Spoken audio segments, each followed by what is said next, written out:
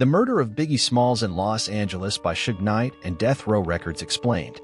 Continuing our discussion on Tupac's murder in Part 2, we delve into the Murder Rap Task Force report explaining what truly transpired between Biggie and Tupac.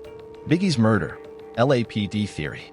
As mentioned in Part 1, the Murder Rap Task Force led to the discovery of what happened between Biggie and Tupac. Even though the task force was initially established to handle a $400 million wrongful death lawsuit filed by Biggie's estate against the Los Angeles Police Department, the estate's lawsuit blamed corrupt Los Angeles officers who worked part-time as security for Death Row Records and were hired by Suge Knight as the ones responsible for the shooting of Biggie. This incident was considered a revenge killing for Tupac's murder in Vegas the previous year. This theory about what truly transpired between Biggie and Tupac held weight for a long time, enough to convince Biggie's lawyers to file a lawsuit. It is commonly known as the Russell Pool theory, named after a former detective who initially investigated the murders of Biggie and Tupac. Russell Pool concluded in his book, Labyrinth, that Biggie was killed by corrupt Los Angeles police officers acting as security for Death Row. Russell Pool's theory about what transpired between Biggie and Tupac was also supported by Nick Broomfield's documentary, Biggie and Tupac.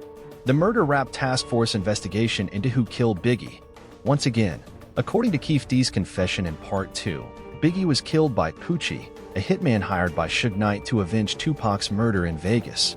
Keefe D also provides more details about what happened between Biggie and Tupac, stating that as early as 1995, after Suge's friend was murdered by Puffy's security, as mentioned in Part 1. And also after Tupac's accusations against Biggie following the Quad Studio shooting, Tupac's release from prison, Puffy allegedly placed a $1 million contract on Suge and Death Row. Crips gangsters in Los Angeles were willing to take on the contract as they were already established enemies of Suge Knight's mob Pyru Blood set. On the night of Tupac's murder, Keefe claims that Puffy was in Vegas that night, and the gun used to shoot Tupac was supplied by Puffy's New York-associated drug dealer, Zip, who was present at Tyson's fight in Las Vegas as part of Puffy's entourage that night. After being assaulted by the Death Row group, Orlando Anderson confronted Keefe D and friends while they were dining with Puffy and Zip at a restaurant in MGM. Retaliation was inevitable, but unfortunately, Keefe and his team, who had just arrived in Vegas for the fight, didn't bring weapons with them. That's when Zip offered the use of his weapons, and the offer was promptly accepted in the presence of Puffy, with the understanding that the retaliation would also fulfill Puffy's request for a settlement. Following the shooting involving Tupac, Puffy apparently gave Zip $500,000 as payment for the settlement, but the money never reached Keefe D and the Crips in Los Angeles.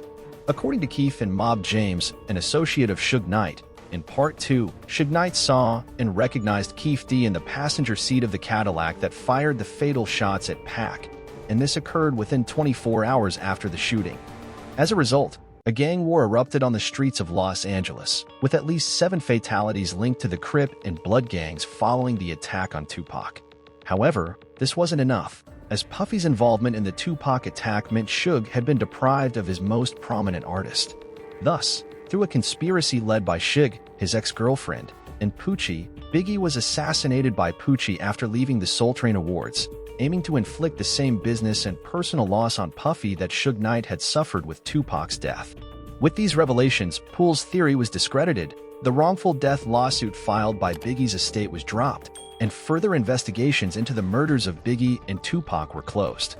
As the LAPD was cleared of any involvement in Biggie's murder, the Murder Rap Task Force investigation connects the dots and helps explain what truly transpired between Biggie and Tupac, revealing how their murders were interconnected on various levels. This takes into account the motives and interests of all parties involved, providing a logical framework for the murders, considering the personal and business rivalries that collided, resulting in an explosive sequence of events that has impacted culture to this day. Subscribe to the channel.